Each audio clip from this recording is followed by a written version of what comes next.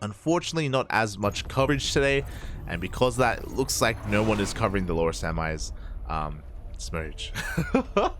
Feels bad, man. Feels bad. As here we go, spawning in the top right-hand corner of Royal Blood, we have our South Korean Zerg player representing Dragon KaiZ Gaming. It is Dark. And spawning in the bottom left-hand corner of Royal Blood, we have as opponent, we have the South Korean Terran player, currently teamless, the Blue Terran. It is GuMiho.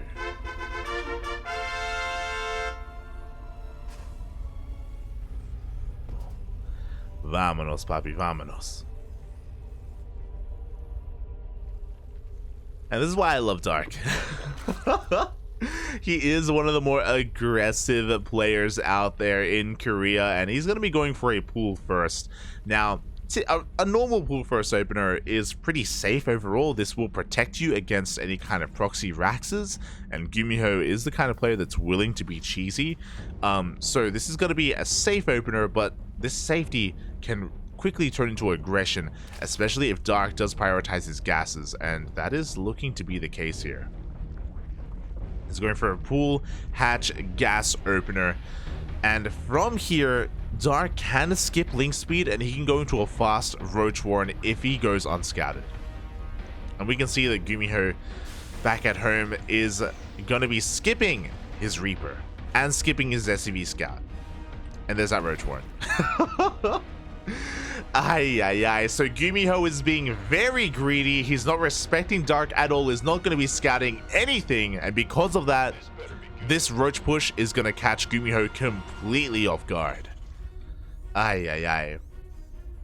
Now, a lot of players, they like to cut corners, and it can be a risky move. And I can understand skipping your SCV Scout and skipping your Reaper Scout against someone like Solar, for example, or Armani. But against Ragnarok, against Dark, mate, you're crazy. And GuMiho even did this against Eric earlier, and that was when Eric won the game. If you remember, it was on Babylon, where Eric was able to fight back against Dark with a fast lair, with a fast Roach Warren as well. And here we go, the Roaches are being produced 4 or 5. Dark, because he sees that there is no Reaper, like, he can choose if he wants to undercommit or overcommit to Roaches, and like how many Roaches he will produce depends on how well he thinks GuMiho is going to be able to defend. Ooh, as we're even lifting up the racks as well, we will be shutting down this Overlord. We supply blocking Dark for a little bit, but the Roaches are making their way across the map. What do we have to defend? We have Marines, we have 1 Hellion. Because the racks got lifted, we don't have a reactor for 2 Hellions to be produced at a time, which means we're going to have even less to defend, which also means we don't have a lot of Hellions to counterattack and maybe bypass the Roaches and go across the map. And here we go, the Roaches are arriving. Marines being focused on one after the other. The boys, they have to be pulled. Oof. And so many SCVs are going to be going down here. Natural base is compromised. A couple more Marines are on the way. But we have Ravagers, papi. Oh. Right, 1 Roach is going to be falling, but we just have so much DPS. The bunker will finish, but the Biles, papi, the Biles. Oh, we don't care. We just don't care. We're just trying to power our way through. We avoid the wall, we avoid the bunker, and we get behind the mineral line. And this is game-ending damage. Again, GuMiho just being far too greedy, cutting too many corners here in the opener, not respecting Dark of all players. And eventually, this will get cleaned up. But 17 SCVs went down. GuMiho is down to only 16 workers, basically 1 mineral line between his bases. And now he has to counterattack. He has to go for a drop. What does he have? He has 1 Marine and 1 Cyclone. I mean, looks like he's going to be able to catch one of these Overlords. The Marine can maybe try and shut down a drone, but Queens are being brought forward. There is no link speed, so because of that, Dark is going to have a hard time keeping up with the Cyclone. Cyclone is going to be able to get 2 Overlords. Not bad. Will supply block Dark.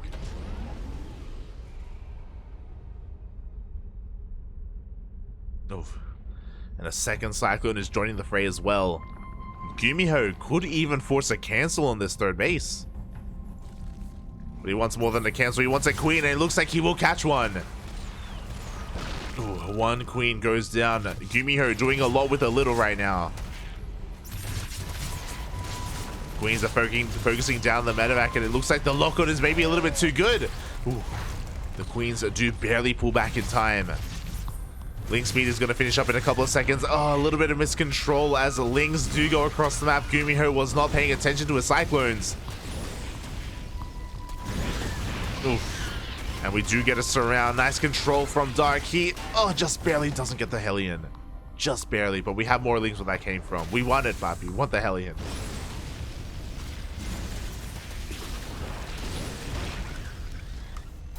As behind this, Dark gets his third base up and running, going to be able to rebuild his queens and drone up. GuMiho has done a good job recovering though. Like, what did he get done? He killed 2 overlords, a queen, some Lings. Not bad. And GuMiho, his worker count is now comparable to that of Dark's. It goes to show how committed Dark was with his roach push, and it also goes to show, like, yeah, how well GuMiho was able to distract Dark across the map and, you know, keep him on the back foot. As we do have a Hellion drop making its way towards the main base. Dark trying to keep up. His Lings are not quite in position, but thankfully he does have a couple of Lings in his main. Is waiting for that drop.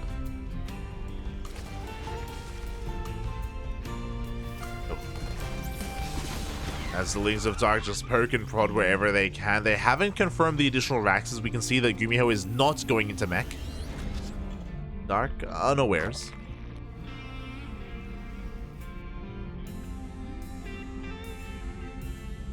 As we haven't really revealed too much bio or anything of the sort.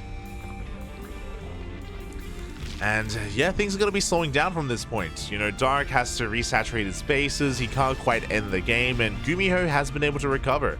You know, he's got 2 more Raxes on the way.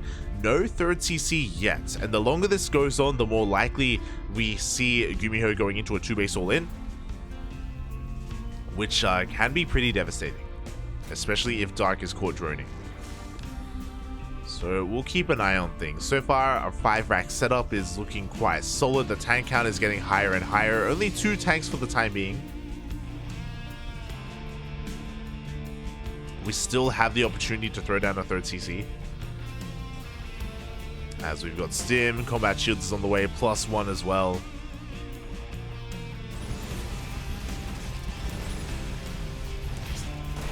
As GuMiho is pushing on out, does run into the army, just shave off a lot of these Lings. Thankfully, Dark does spot this coming. So he's just going to be making nothing but army to respond. A lot of queens brought to the front lines. Banshee trying to chip away at that 4th base. Tanks getting in position. Dark trying to get eyes on whether there's a 3rd base or not. Here we go, the tanks will siege. The queens push on forward. A decent amount of transfuse, but a lot of queens are going down. Oh, the biles will connect. The Lings, they come in from behind, and Dark will clean this up. A very committed push. GG gets called. There was no 3rd CC. There was no follow-up. And Dark takes game number 1. Whew. GG. Honestly, I feel like instead of going for that push, GuMiho probably could have gone for a 3rd CC. Like, again, the worker counts were pretty comparable. Surprisingly comparable, to be honest. But maybe GuMiho was feeling a little bit too far behind. Towards the end there, Dark was able to join up to 70 workers. So there was like a 20 worker disparity. Oh, so GuMiho didn't want to play out from that position. Committed to a push and got cleaned up. And now we're getting to game number 2.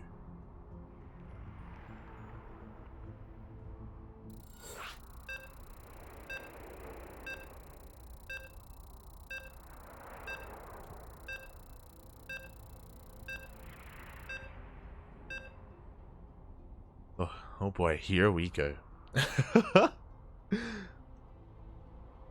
It's amazing how Terran doesn't die even when the cheese is completely unscattered. I mean, it was pretty impressive that GuMiho was able to bounce back, to be honest. It was crazy. It was actually pretty insane.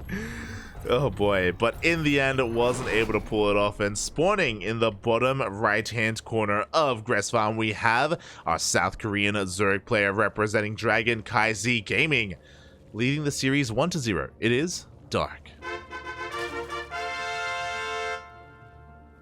And spawning in the top left-hand corner of Gress Farm, we have as opponent, we have the South Korean Terran.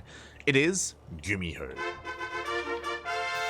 Up against the wall, one game away from being eliminated from the tournament. He has to bring it back here and now. Oh boy. And again, he did a great job at coming back in that last game. Did lead into, basically, I hesitate to call it a 2-base all-in. Technically it was, but it was only with 2 tanks. And what was weird about it, and why I was really second-guessing myself, is that because as GuMiho was pushing, he was taking more gases, and he was getting more add-ons as well. So it felt like there was like a next step. He was like getting his production underway, just maybe overextending with his push and getting a little bit too cavalier with his army. Did lose everything and just gave all the momentum to Dark. So Dark was able to clean it up in the end. And now once again, Dark goes for a pool opener, pool, hatch, gas, just like game 1. And I imagine this time we're going to be seeing a Reaper from GuMiho. Give us a Reaper. Give us. Oh. Hey. Let's go. Reaper is on the way. Not going to be going for an SCV scout, but will at least go for a Reaper scout. So he has learned his lesson. He has learned that he needs to respect Dark. And Dark is going for the same build. He's going for the Roach Warren. But because we're getting a Reaper, because GuMiho will eventually scout this, it should mean that I think Dark is gonna be less committed. I think he may make less roaches. We'll see how he does react here. We'll see how committed he is. As Reaper is going to be making its way across the map, Dark is slipping on forward here with his Overlord. We'll see the CC on the low ground. And his first 2 links are also going to be going around the southern portion of the map, going to be avoiding that Reaper. Now, for the time being, we have 3 roaches on the way, and he does make a 4th and a 5th roach. Reaper does show up, and GuMiho will start to prepare back at home. Oh. And we do have a bit of a delay on the CC. Lings do get cleaned up. Marines are going to be able to hold the line. And we are droning. So, just as we expected or suspected, because there's a Reaper, we're only going to be making 5 roaches, and I believe we made more than that last time. We're just going immediately straight back into droning. Going to be pulling back into gas. Not really going to be overcommitted to this. This is just designed to take control of the natural. I doubt Dark is going to be able to break into the main base like he did in game 1. As we have 4 roaches and 1 Ravager. Bunker is about to finish. We can see Dark flirting with the idea of pushing up that ramp, but we have a 2nd bunker on the way as well. GuMiho already evacuating the natural. And with this, Dark is just going to try and chip away at the wall. He's going to be able to get an SCV, maybe get a depot as well.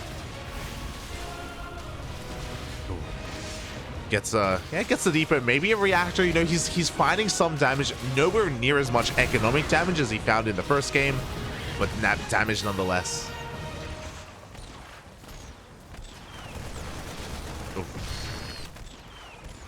Oof, as the lock-on is just a little bit too good. The Overlord goes down. We have lost our high ground vision, and GuMiho has defended.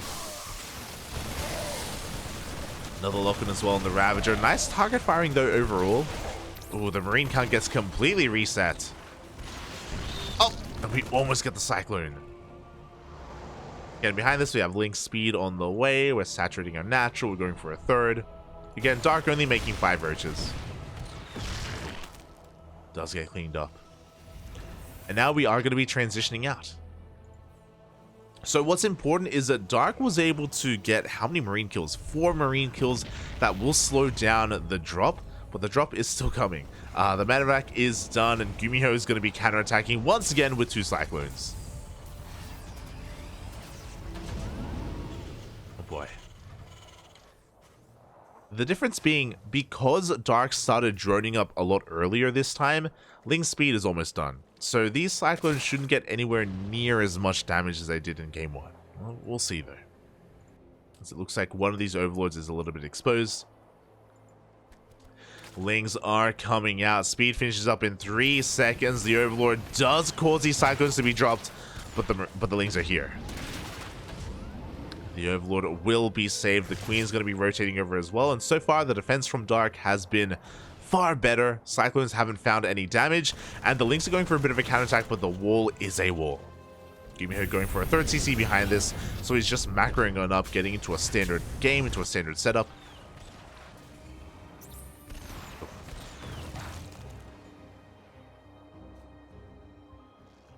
And Dark is just going to be working on his lair.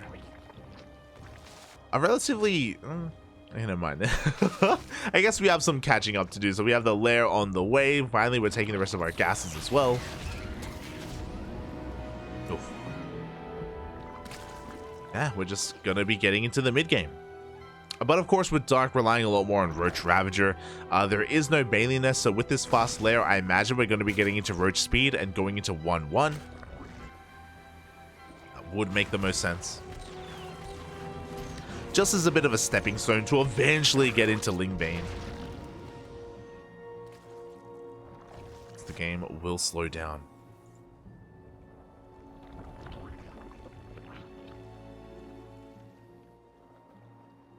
Ooh. And yeah, there is that roach speed that we were talking about. With this Dark, again, I don't really... He's got some options, to be fair. I don't really expect him to go for like a 66 drone, like roach all in. With like a 1-1 timing. He has the option to, and he is ahead in this series, so maybe he will. now that I think about it, I'm like talking myself into it. I'm like, you know, Dark, he's ahead in this series. He's kind of the player that's willing to go all in from this position. But he also has the option to take a 4th base and to get a macro hatch, to tech up, get a Bailey Nest, to play macro from this point. We'll see when he does cut workers, because this 4th bait is very delayed. We're going to be making 5 drones, reaching that 66 mark. 1-1 on the way. We're banking up more roaches. We have a decent Ling count. GuMiho is taking his 3rd. He's exposing himself. And there is that 4th for Dark. But we still don't have any droning. Still staying on 65. 1-1 is on the horizon. Yeah, I think Dark is going to be looking to just try and max out with this army. At the same time, GuMiho is also moving out with his drops. There we go. Double jump here on the 4th base, and we're going to have to cancel. Ooh. And the DPS just a little bit too high. Dark also getting a little bit supply blocked as well, but yeah, he hasn't droned in quite some time. He is staying here at 66. This is kind of the ideal worker count to be saturated on 3 bases, for those wondering. Like 3 base economy, 6 gases as well. We're not really worried about saturating our 4th base. We're just going to be working on maxing out on our Roach Ling army. Roach Ravager Ling, we've got +1 finishing up. We've got 2-2 on the way. And Dark is on the cusp of, on maxing out. He just needed some Overlords. There we go. We've got 4-5 Overlords on the way. And now we can max out here on Roach Ravager Ling. This is going to be very committed out of Dark. He can drone after this, after he trades, but he's looking to break at least the 3rd base. And what is our tank out looking at? We're on sieging! Uh-oh. GuMiho's pushing out. This is what Dark wants. Dark wants to fight this out in the open, not like a defensive position back at home. And here we go. Dark is sending everything across the map. The tanks are no longer on the high ground. Oh, GuMiho about to be caught with his pants down. The tanks are sieging up, but we do see Dark coming in from both angles. He's coming in from both sides. The tanks were not ready for this. The Marines are also coming in from behind as well. This is getting messy. The surround on the surround. The boys are being pulled. 1 tank survives, but the biles do rain down upon it. And again, this was just such an unfortunate moment for GuMiho to unsiege and start to move out. Dark did a great job at hiding this essentially all in, or like this committed roach push, hiding his mass amount of roaches, not revealing anything until it was too late, and GuMiho just happened to be in the middle of moving out as Dark comes in. The army of GuMiho crumbles. The third base has been broken. And what is there left? We got 2 tanks. We got 1 tank. 1 tank remaining here for GuMiho. Does pull it back here to avoid those biles. Loses +2. Does get denied. We even have ship weapons on the way. Jesus. Or vehicle weapons, sorry. And from this point, Dark, he's just going to be droning on up. Oh! Even biles down to CC. We've got an infestation bit on the way. We've got a 5th base on the way. We're saturating our 4th. We have our next step. Ooh. And with that, even the natural is compromised. We got 1 tank on the high ground. But we have Biles raining down into the natural base. GG gets called, and Dark takes the series at 2-0. And he moves on to the grand finals. GG, well played.